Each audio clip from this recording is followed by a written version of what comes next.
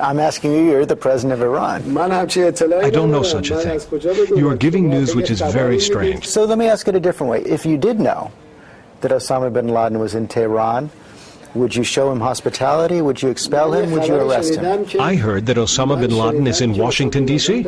No, you didn't. Yes, I did. He's there because he was a previous partner of Mr. Bush. They were colleagues, in fact, in the old days. You know that.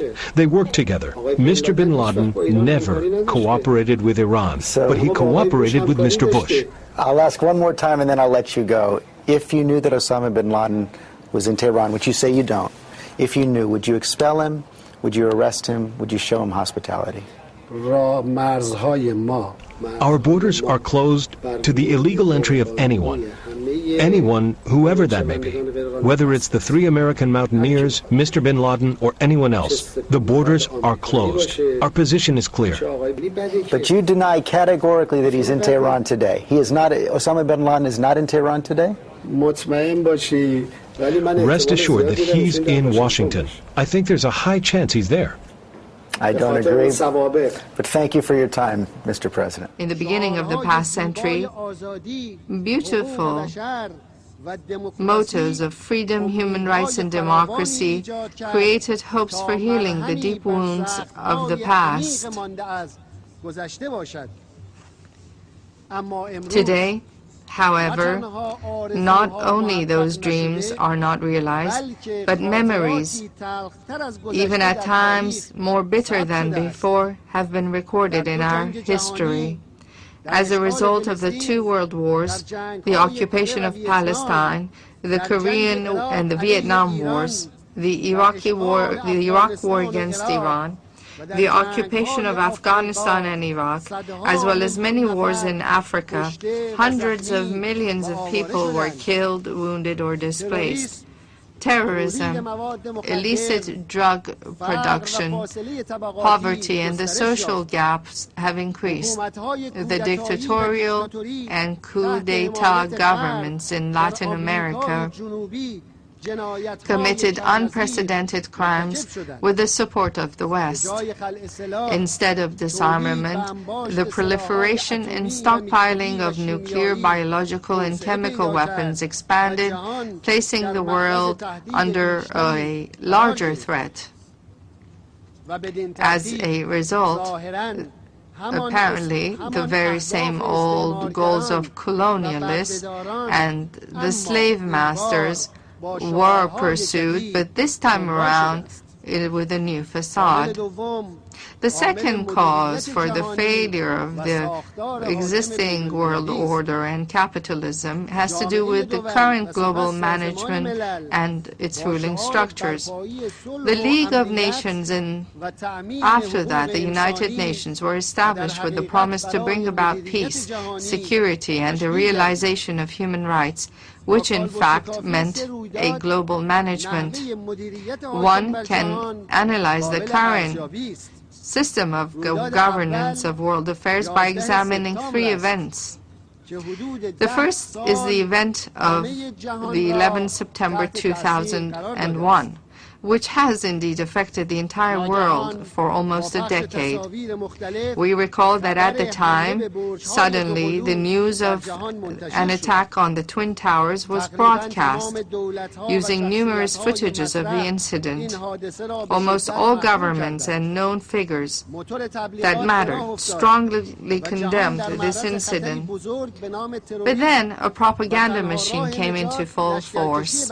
It was implied that the whole world was now exposed to a huge danger, namely that of terrorism, and that the only way to save the world would be to deploy forces into Afghanistan.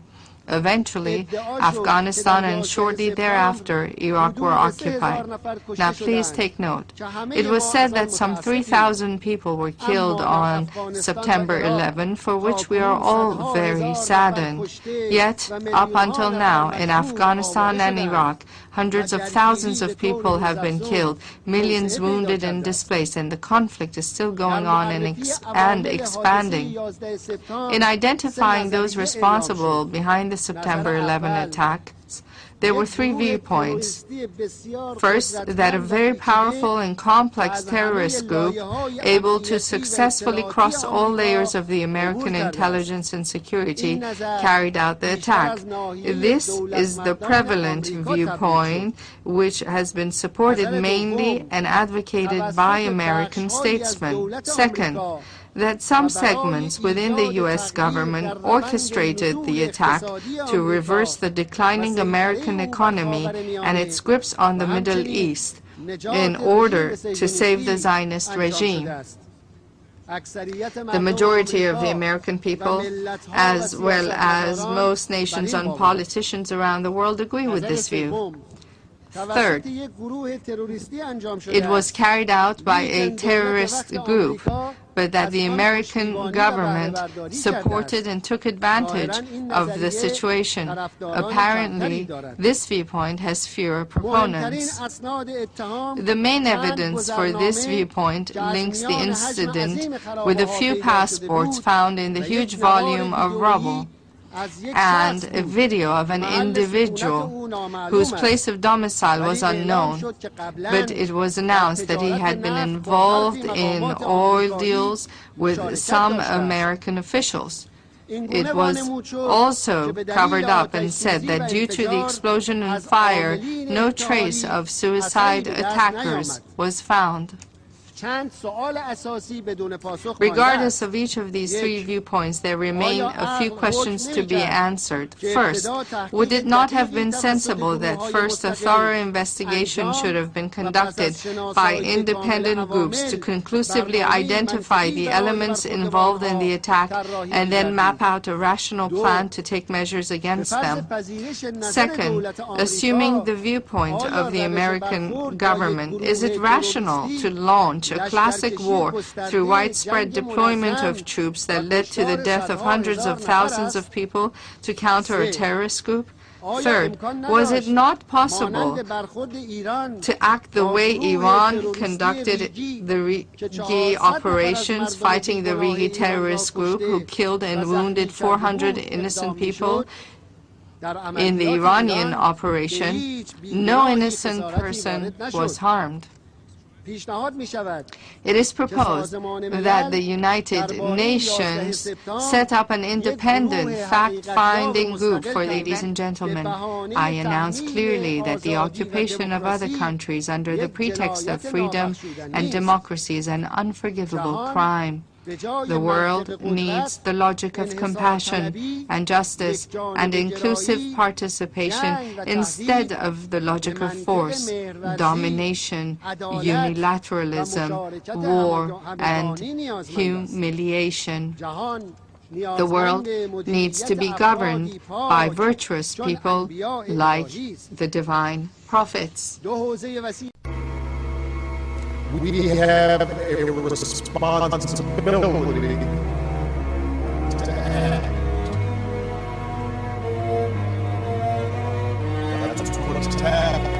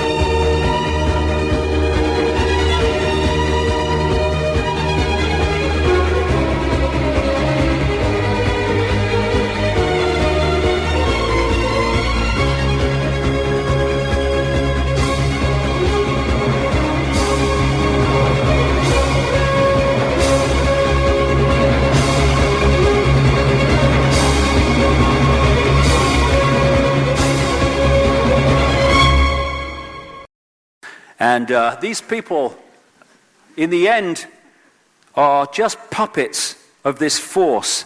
And like I say, I'll just go back on that one, but only quickly.